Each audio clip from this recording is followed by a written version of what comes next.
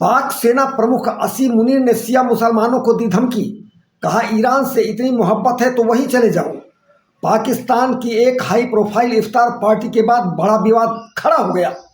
19 मार्च को बैठक में पाक आर्मी चीफ फील्ड मार्शल असीम मुनीर और देश के शिया उलेमा आमने सामने आ गए, लेकिन यह मुलाकात अंतर्राष्ट्रीय स्तर पर बहस का मुद्दा बन गई। इस बैठक में असीम मुनीर ने लगभग 1 घंटे तक अपनी बात रखी।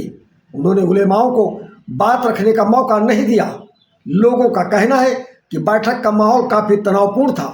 विवाद की वजह वह बयान माना जा रहा है जिसमें आर्मी चीफ ने कहा है कि अगर आपको ईरान से इतनी मोहब्बत है तो आप वहीं चले जाइए। शिया समुदाय इस बयान को अपनी देशभक्ति पर सवाल उठाने के रूप में देख रहा है। शिया समुदाय ने कहा, जियाउल हक की तरह असीम मुनीर तानाशाही कर रहे हैं।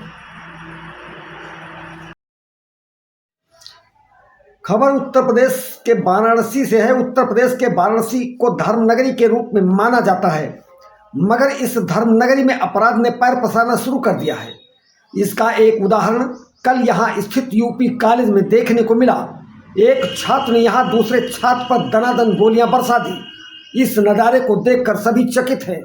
घायल छात्र को बीएचयू के ट्रामा सेंटर में भर्ती कराया गया है, जहां इलाज के दौरान उसकी मौत हो गई। छात्रों में भारी आक्रोश फैल गया। गुस्साए छात्रों ने कैंपस में हंगामा शुरू कर दिया। प्रत्यक्षदर्शियों ने बताया कि छात्र ने अचानक मृतक सूर्य प्रताप पर 4 राउंड फायरिंग कर दी। आरोपी मौके से दीवार फांदकर फरार हो गया।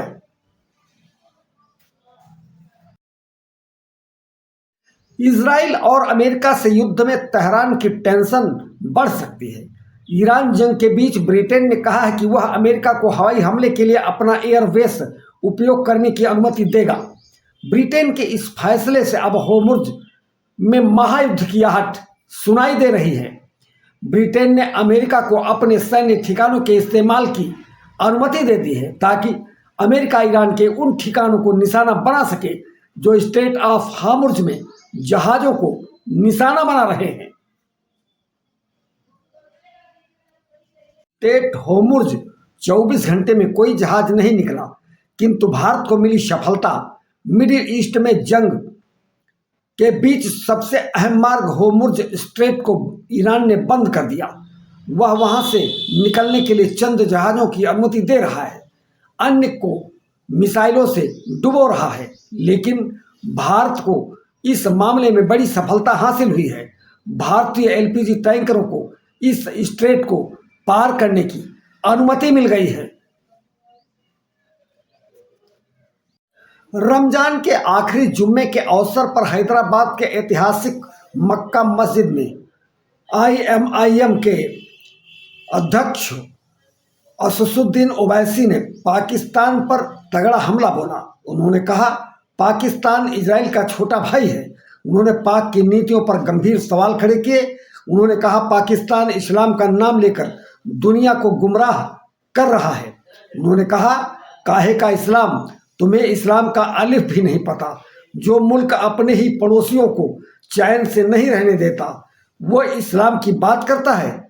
काबुल में पाक द्वारा किए गए हमले की उन्होंने कड़ी आलोचना की, जिसमें 400 लोग मारे गए थे। उन्होंने कहा, बेगुनाहों को जान से मारना किसी भी धर्म में जायज नहीं है।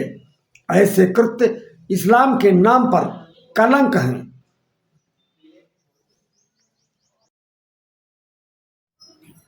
ईद उल फितर के अवसर पर अमन चैन की दुआओं के साथ पूरे देश में अदा हुई जुम्मे की नमाज।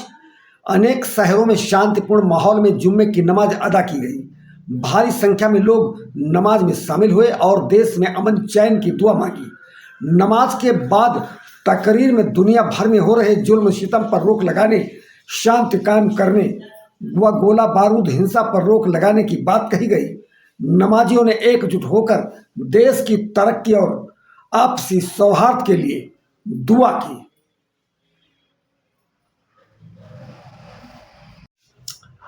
हाईवे बना कुरुक्षेत्र, पथराव व चक्का जाम। गौसेवक फरसावाले बाबा की बेरहमी से हत्या। मथुरा धर्मनगरी मथुरा के ब्रज क्षेत्र में ईद के दिन खुशियों की जगह मातम और आक्रोश ने ले ली। विख्यात गोसेवक फरसा वाले बाबा चंद्रशेखर, जिन्हें दुनिया फरसा वाले बाबा के नाम से जानती है, कि संदिग्ध परिस्थितियों में मौत के बाद पूरा इलाका दहशत में। उत्तर प्रदेश के मुख्यमंत्री योगी आदित्यनाथ ने मामले को संज्ञान में लेते हुए आरोपियों पर कड़ी कार्यवाही करने के निर्देश दिए हैं। दिल्ली आगरा हाईवे पर बाबा गौ तस्करों का बाइक से पीछा कर रहे थे। चश्मदीदों ने बताया कि तस्करों ने गाड़ी की रफ्तार बढ़ा दी और बाबा को कुचल दिया। मौके पर ही बाबा की मौत हो गई। भीड़ ने मौके से एक मुस्लिम को पकड़ लिया है। 3 आरोपी भागने में सफल हो गए हैं।